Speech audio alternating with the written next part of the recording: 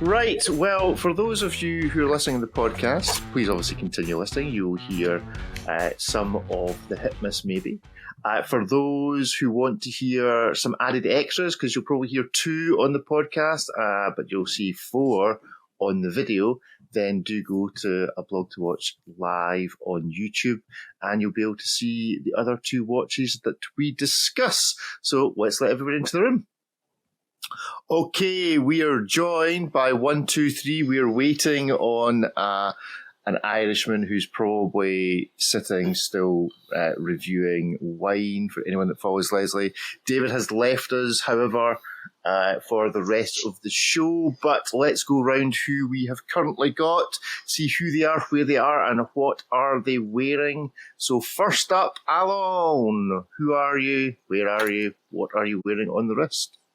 Good morning, Alon Joseph, calling in from Amsterdam. I am wearing a Dutch watch for my first ever Blog to Watch weekly. It's the Stariadne, which I was honored and proud to work on together with Pim Koeslag, the new owner and CEO of the Dutch watchman Christian van der Klauw. And it's based on the Ariadne because we added stars on it. We call it the Stariadne. Big fan of Christian van der Klauw, big fan of this watch. It really is stunning. You do need to go and check out the YouTube channel to see what this is like. And where are you calling in from this morning, Alan? Amsterdam, the Netherlands. Amsterdam. Great stuff. Right, next on my screen, young William. Where are you calling in from and what are you wearing? Good morning, Rick, and good morning, everybody. Alon, that's this absolutely stunning watch. Thank you for sharing that with us. Good morning. I'm calling in from Kent in the UK, and this morning you'll have a picture of it, but I'm wearing the slightly more boring and slightly more utilitarian Seiko Prospect Turtle Paddy Pepsi, just a number of words there, watch, which is kind of my daily beta watch. It's rugged and it makes me imagine that I'm diving somewhere other than the local swimming pool. So yeah, there it is. That's a photo taken in Brighton on the seaside in the UK, which was very nice, great. Very nice. Next on my screen, our latent Irishman has turned up. Leslie, where are you and what are you wearing? No, Leslie was there. Leslie is now no longer there. His audio has gone. So, Kevin, you have joined us this morning. Where are you and what are you wearing? Morning, gentlemen. I'm also based in Kent at the moment, and I'm wearing a Grand Seiko Spring Drive GMT from their 24-hour collection. Autumn, winter, spring and summer. I think this is autumn, but I could be wrong. And when you look at this Grand Seiko Spring Drive dial, what part of London does it make you think of? It's supposed to make me think of Japan, but unfortunately it is a textured dial, but they're so hard to photograph properly. It's next to impossible to see. You have to see one of these in the flesh. They are stunning. They really are. Okay, Kevin is suffering from London internet by the sounds of it. For anyone who was listening to the show earlier, that might be because he's a fan of celestial navigation of some form. Kevin, can you hear us? I can hear you, yeah. Can you hear me? You can. Can you hear me? Excellent. You can. Good. You're lagging somewhat. Oh, dear. Oh, dear. You might need to switch off your video. Anyway, yeah. Right, let's crack on. Leslie is here in spirit. He may be doing a Ripley this week and be in a cave in Dublin somewhere, who knows. But let's play Hit Miss Maybe with who we have. So first up this week is the Trasca Ventura GMT. Let's have a look at what this looks like. Here we are, hands-on Trasca Ventura GMT watch.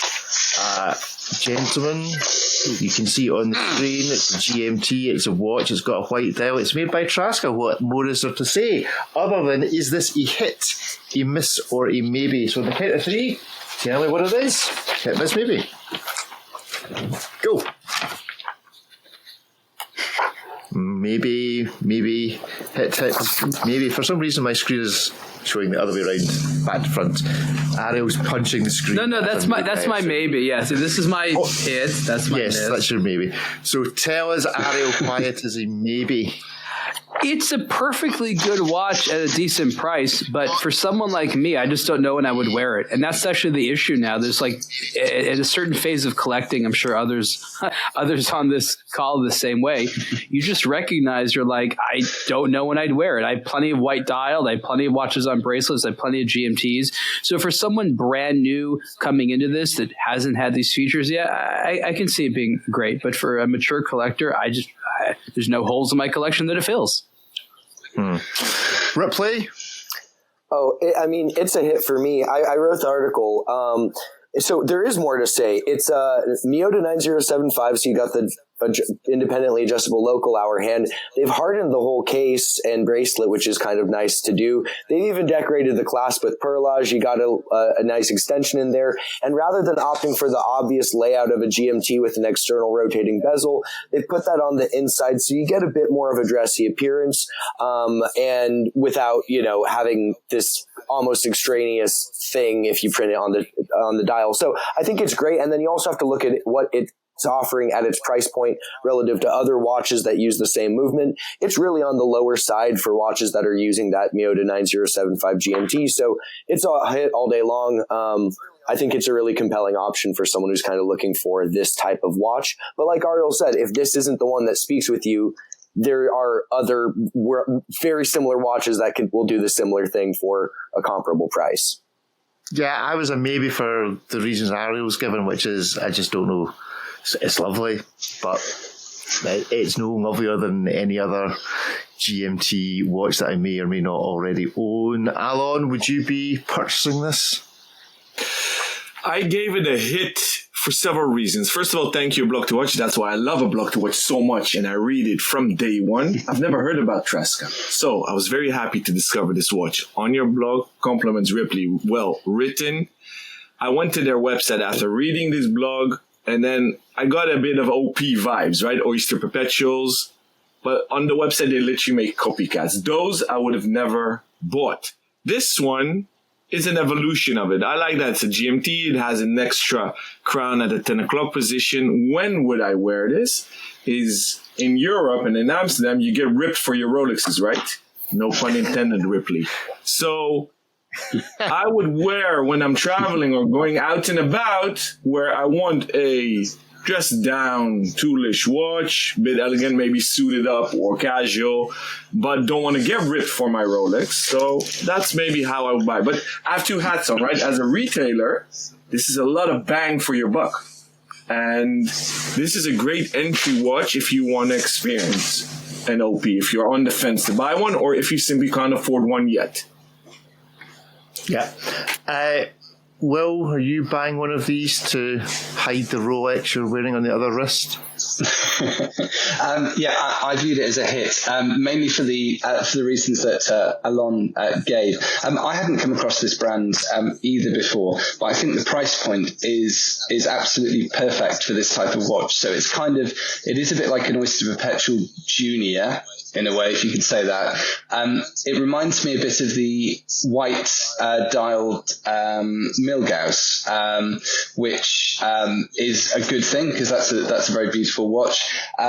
It's a great daily wearer. I appreciate if you have a more sophisticated collection, you're going to struggle to put this somewhere unless it becomes a so-called beta watch that you want that's generally acceptable in different situations between jeans and a t-shirt and maybe a suit. But I really like it. It's quite charming. And I was also looking at it and thinking maybe I'm not sure if I should get this or not, because London has that issue where you just can't wear your Rolex, and a lot of places you really can't wear your Rolex outside anymore. So this kind of deals with that issue, I think. Great stuff. Leslie. Yes, sorry about that. I don't know what happened. I reloaded it and it all came back. So if in doubt, turn it off and turn it on again. I like it. Well, for the price. I mean, I wouldn't be paying much more than that, but yeah, it's nice. It's pretty. I would have gone hit. I mean, it's $720 bucks, I suppose. I might be persuaded to do a will and change from a maybe to a hit just because of the flip-flopping. Unbelievable. Flip-flopping, I know, it's terrible. The bracelet looks decent. Yeah, it's a nice watch, nice package. Kevin, are you there? I'm here. I've turned off my video, so I'm going to keep this brief. I'm coming in and out. I'll put it as a maybe, and basically just reiterating what you, Ricky, and Ariel said. It's a great watch, but it won't fit in my collection at this moment in time. I've got other similar things, and it's a great price point. It's a great price point. So whoever's after a decent, good quality watch, you can't go wrong with it. But it's just not for me. Good stuff. Right, well, do go to the Bug to Watch website and give us your opinion. You can go to the bottom of the page and give it your own hit, miss, maybe. Next up, something a bit different. The Rado Retrofuturistic Anatom. Okay, there's not a lot you need to say about this watch. It's square and it's green or it's blue and it's probably fully made of ceramic and it's a Rado. What else do you need to know? It's automatic. It's got a date window. It's 6 o'clock. It has some lume on it, which if you listen to the earlier part of the show, you'll know we are big fans of. But the question is this a hit, a miss, or a maybe from our guests? So on the count of 3, tell us, is it a hit, a miss, or a maybe? 1, 2, 3, go. We have a hit, a maybe, some misses, some hits. I think broadly a hit. We'll see what Leslie says, because Leslie is apparently experiencing connectivity issues, but you can probably get some medicine for that. So let's see what it is. Ariel, you gave it a maybe. Why did you give it a maybe? Well, the design has not aged for me as maybe well as Rado would have liked. The case is amazing.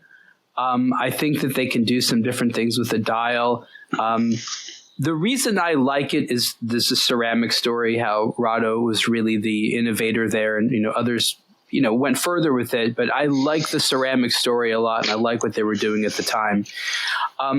But for me, as much as I want to, I like the geometry of it, and there's a lot of things that for some reason just leaves me cold enough that I don't know that I would choose it that often. So maybe because there's a lot of things I like about it, but I don't know. I think that there's maybe things that they can do to spruce it up a little bit. But they have other models that I like a little bit better. Ripley, where did this figure in your estimations? Yeah, it's a maybe for me. There's a lot I like about it, but it isn't my favorite Rado. I like the ceramic that they do that, and that they've kind of have their own sort of. It's true to the brand, but they also kind of push the envelope with it. My first boss out of college had a ceramic Rado on a bracelet that he wore frequently, along with the Bell & Ross. He liked the rectangular ones, clearly. But for me, like the simple thing is, there's a lot I like about it. I'd happily wear it, but this isn't necessarily the Rado that I would buy for myself. So. It's a maybe for me. If it speaks to you, fantastic. I don't have anything bad to say about it, but it's just not unique enough to the point where it's the one that I'd be reaching for my money with. See, I thought this was a hit just because I think it's one of these watches that does come across as quite unique. These kind of bracelet Rados, completely unsuitable to wear, but really attracted me through the shop window, like got me in to look at other stuff because they just look so different. I did try on a couple of the bracelet ones in the past, and yeah, I'm not Huggy Bear out of what was Huggy Bear in? What show was Huggy Bear in? Starsky and Hutch. Yeah, I'm not Huggy Bear, so this wasn't going to work for me. But there we go. Alon, did this work for you? This was a miss for me, a triple miss. I love Rado. Triple miss. I love comes Rado. On the show. It's his first time here already. He's inventing different scales. So triple miss. Why? I love Rado. I love the Anatom, and they missed out 3 times. Why? I would have never done the fumé, the smoky gradient on this version because it's a round gradient on a squarish case. Besides, I wouldn't have done green because it doesn't really go with the black gray tones. Then it begs a ceramic bracelet. The rubber, the matte rubber with the shiny beauty of the ceramic. And Rado is infamous, famous. It's innovative, legendary for ceramic. And they've been dropping the ball and they gave away the ceramic game to others. It's time for them to step up, pick it up again. They could have done it. They should have do it. And the third thing is I God knows why they put a titanium or a steel bar that connects the rubber to the case. So that's the triple miss for me. Sorry, Rado, I know you can do it. Please do it. These are good points. Excellent. Yeah, well, that's why we brought him on here. Somebody had to be giving some good points in this show. We're importing them in. Will, do you have a good point to make? I don't know. I mean, the pressure's on now, isn't it? I said a hit. Miss Anna, maybe that'll do. Just flip flop. Mine is a hit. Mine's a double hit. No, mine's a hit for actually the reasons that perhaps have been that people are critical of it.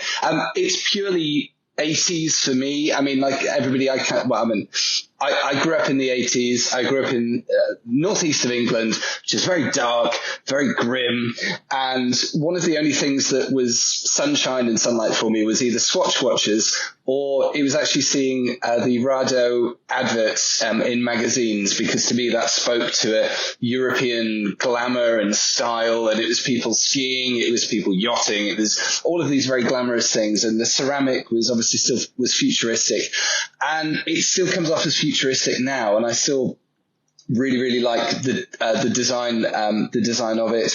I think that obviously it hasn't particularly moved on massively, in my view anyway, from what it used to be. But I think that's really good. I'd say, as Alon said, I mean, take back the ceramic, take back your position, Rado.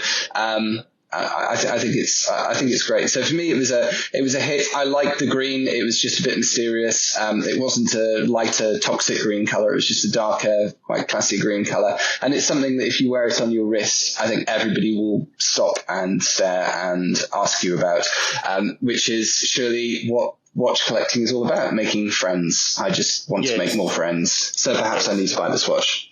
Will is lonely. I do think we need to stop and explore for a minute the idea of baby Will on the coalfields of Middlesbrough. Will, you strike me as a man who was born and brought up in the northeast, but maybe was schooled in the southeast. So I want to hear the Newcastle accent. Can you do it? Put my scuba. If you take me north of, say, Watford, then obviously the Geordie accent comes back. I was like, excellent. I'm loving. Yes. We'll save that for a blog to watch special edition where I break into Geordie. Will turns full Geordie. Right, okay. A blog to watch UK accent edition. Yes. We're going to do. I'm determined that we're going to do a show with an Englishman, an Irishman, and a Scotsman, and that will be our new format of it. Can we walk into a bar, Rick? Exactly. We'll do it from the live shows will be from a bar. The three of us. Right, Kevin, are you there? I'm here. Yes. I thought it was a hit. Good accents? Unfortunately not, no. I'm born and bred in London, so we don't do accents. Everybody copies us, We're the centre of the universe, coming us Londoners. Yeah. Thank you, Barney. Leslie, what did you think? I was a hit. So, you give it a hit, Kevin. Good I gave it a hit. And a hit for me. That's it, yeah. Can I just very quickly? It reminds me of the second watch I ever bought, which was a Rado Voyager from the 1970s. I paid about $50 on eBay, and it had that same tapering thing and the same bit of steel and so on. I sold it to somebody I got it serviced and then realized I wasn't wearing it, and I sold it for the price of the service. So I do miss it, but it reminded me of that, and I thought it was really pretty. And Ben's comments are exactly accurate, but I still liked it. Rado not holding its value since the 1880s. Right, Yes. next we're on to just what's going to be on YouTube. So if you're listening on the podcast, we'll see you in a moment for the goodbyes. But if you want to, you can go to the YouTube channel and you'll be able to hear thoughts on the Omega constellation and a Breitling Navitimer. So jump over to the YouTube channel, a Blog to Watch Weekly Live, if you want to tune into that. Okay, we now have the Omega Constellation Meteorite Dial watches. I do like a bit of Meteorite. I'm actually a bit of a fan of the Constellation. It kind of comes and goes. But what do the rest of the gathered ensemble think of this? Is this range a hit, a miss, or a maybe? 1, 2, 3, go. Hit. Maybe some hits. Yeah, it's, well, broadly speaking, a hit. But let's see the specifics. Ariel, you're having a bit of a maybe day today. Why is this a maybe? Well, on the plus side, you have the double astronomy theme with constellation and meteorite. All it needs is a piece of the moon in there.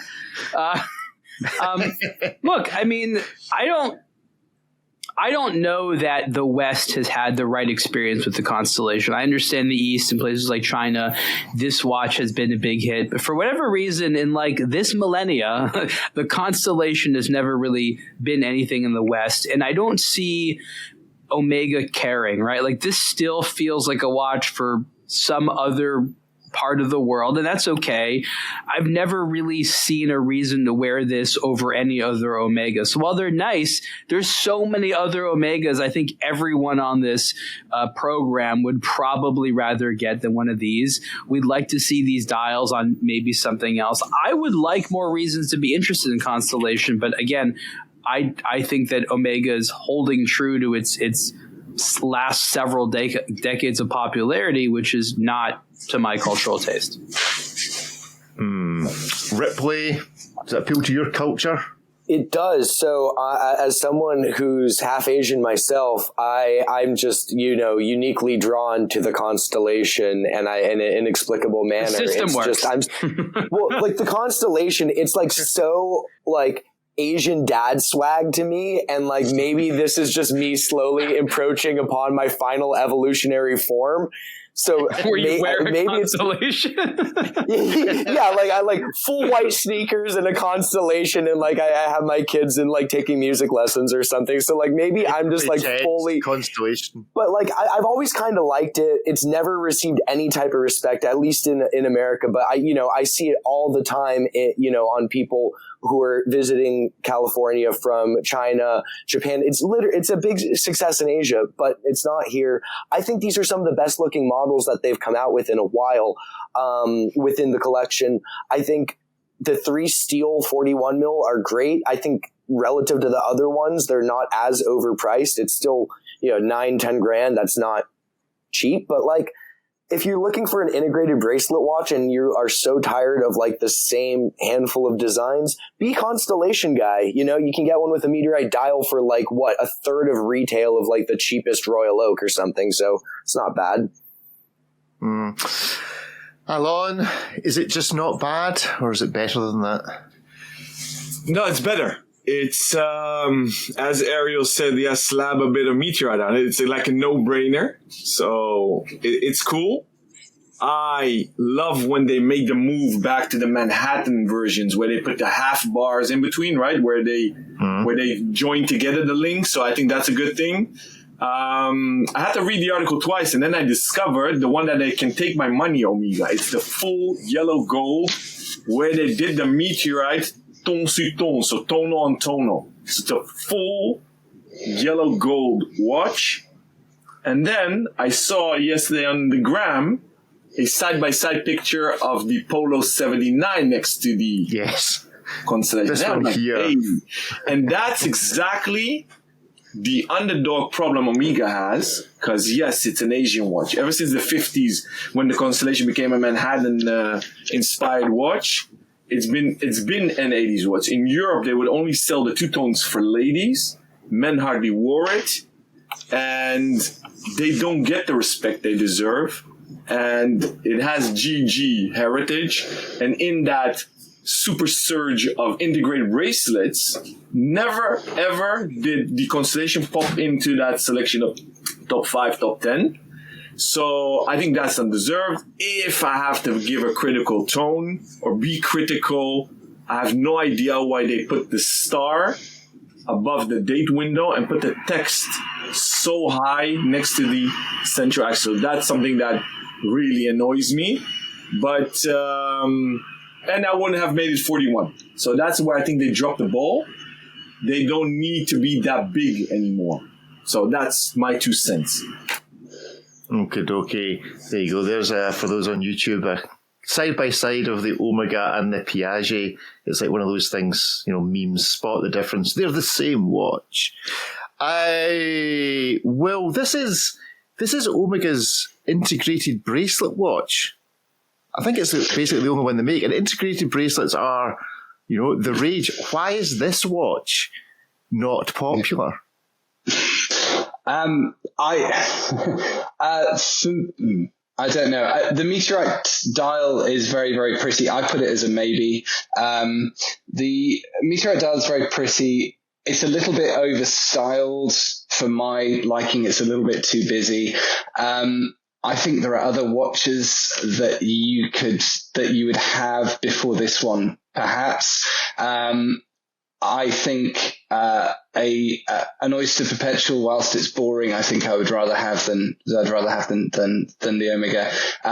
But it's probably not the watch. It's not the watch for me. So for me, it was maybe. It probably should have been a miss, but it was a maybe.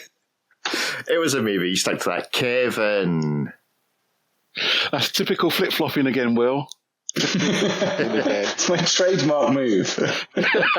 Ripley has his wall, Will has flip. Absolutely. I thought this was a hit. I mean, I'm a huge fan of Omega. Make no bones about it. I love them. I do agree with Alon about the writing and the star. Perhaps if they reversed it, it may have looked a bit better. Or maybe even use a smaller font on the wording. But yeah, that's great. That's my only criticism. And the gold one, wow, that's such a baller watch. I mean, that is just, you can't even tell the time on it. It's just there as a statement, of course. But apart from the gold, which I would never buy, it's a great collection. They've got a 39 mil, they've got a 41 mil, they've got to go down to ladies 28. It covers all the bases. There's nothing really there which upsets anybody apart from us watch geeks, and it's a hit all day long. They're going to make a load of money, especially in the Far East. Right, our classic and final hit miss maybe this week is the Breitling Navitimer. So you have to imagine the situation. You're back in the 1950s, and this watch is launched. So think of everything else that is out at the same time. And then suddenly this monstrosity that just looks like the most confusing thing you've ever seen is launched, I think, in 1954. So put yourself back in time, do the go back in time. How are you voting? Is this a hit, a miss, or a maybe? 1, 2, 3, go. Hit. You see, Will, how are you voting? Everybody's voted a hit. You see, this is what concerns me, because all of the classic hit miss maybe, other than the original one, the first one we did, which I think was the Spring Drive, the original Spring Drive, have all been massive hits in comparison to all the modern watches that review. So is it just, Ariel, that we need to change tack and you need to start falling in love with vintage watches, Ariel? Well, I'm imagining myself flying, a classic aircraft and all the dials inside and everything like that, and thinking to myself, I need another dial to stare at and track on my wrist. And while I'm flying, now I should be doing math, right? That's exactly what I need while I'm dogfighting or something like that. So it's a great concentration tool, right? If you can do this while flying, wow, you're really an ace pilot. So that's what this watch was best. And for years and years and years, long after anyone even remembered how to use the slide rule, they still wore it because it meant you were such a badass pilot, right? Even though no one really used maybe 70% of the markers on the dial. Mm-hmm. Ripley, you voted hits like everybody else. Do you know how to use one of these watches? I've written multiple articles on how to use one of these watches. Now, if you put a gun to my head and a Navitimer in my hands, no chance. Track your fuel usage now. Yeah, no chance I'm figuring out your elevation. Like, there's no hope of it. So sure, in theory, I know how to use it. But for me, this was in the golden era of like the mechanical tool watch, and I would love to just like go to the guy with a classic little 3-handed watch and say, how many markings does your watch have on the dial? And he looks at it and goes like, well, the normal amount. And you just go, whoppa!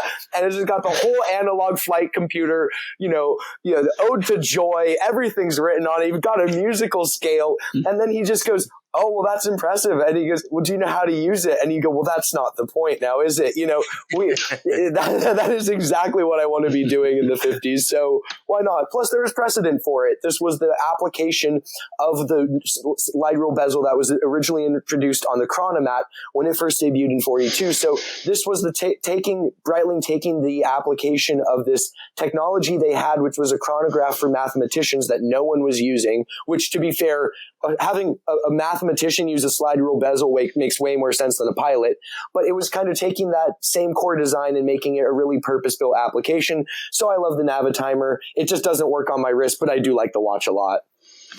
Good stuff. Alan, did Breitling invent the smartwatch? They think they did. Good question. Did Kurt Klaus invent in 1985 the smartwatch with the perpetual calendar, Da Vinci? Stop trying to sell us Christian Vanderklaw watches. We all love one, but unless you're giving a 90% discount, it ain't happening. That's what the discount of the Da Vinci is. Discount? What's that word, Rick? Discount. Is it Latin you're speaking now? Yeah, it's Scottish. Everything's a discount in Scotland. I'll come get the scotch then. Excellent. No, honestly, no. I'm a big fan. I've always owned and worn Navi timers. Never call it Navy timers because friend Mendelbaum will kill you, and if he doesn't do the job, George Kern will. So no, it's a hit for me, but I'm biased. Excellent. Will. It was a hit for me. I have to say the first time last year was the first time I actually tried one on my wrist because although I really liked the design, it was never something that massively appealed to me. I've had the Breitling Aerospace before, which was just beautiful and perfect, and that suited me fine. I hadn't appreciated how big the Navitimer was. It was absolutely huge. It's not a watch for my delicate wrists. For that, but it was still a hit because it's just beautiful, and I love the fact that you can do long multiplication and all those kind of crazy things that you're going to bore people at parties with. But it's one of those watches that makes you go wow, it's a hit for me. Good stuff. Kevin, what's the longest multiplication you could do without needing to resort to a Navitimer? I always resort to a calculator. I have one here always with me. So that's the only thing I can do. That's what you use to work out the discount that Alan's giving you. Multiply it by 0.9. Let's hope so.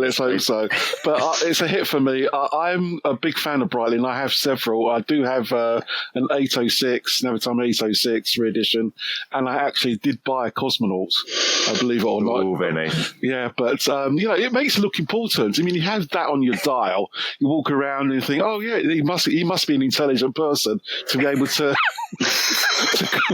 use all of those things. Yeah, except for the fact that he lives in London and he's wearing a luxury watch on his wrist. Absolutely. The intelligence. Precisely. But no, it's a great design. I love them. I'm a huge fan of Breitling. My first serious watch. They can't go wrong, really.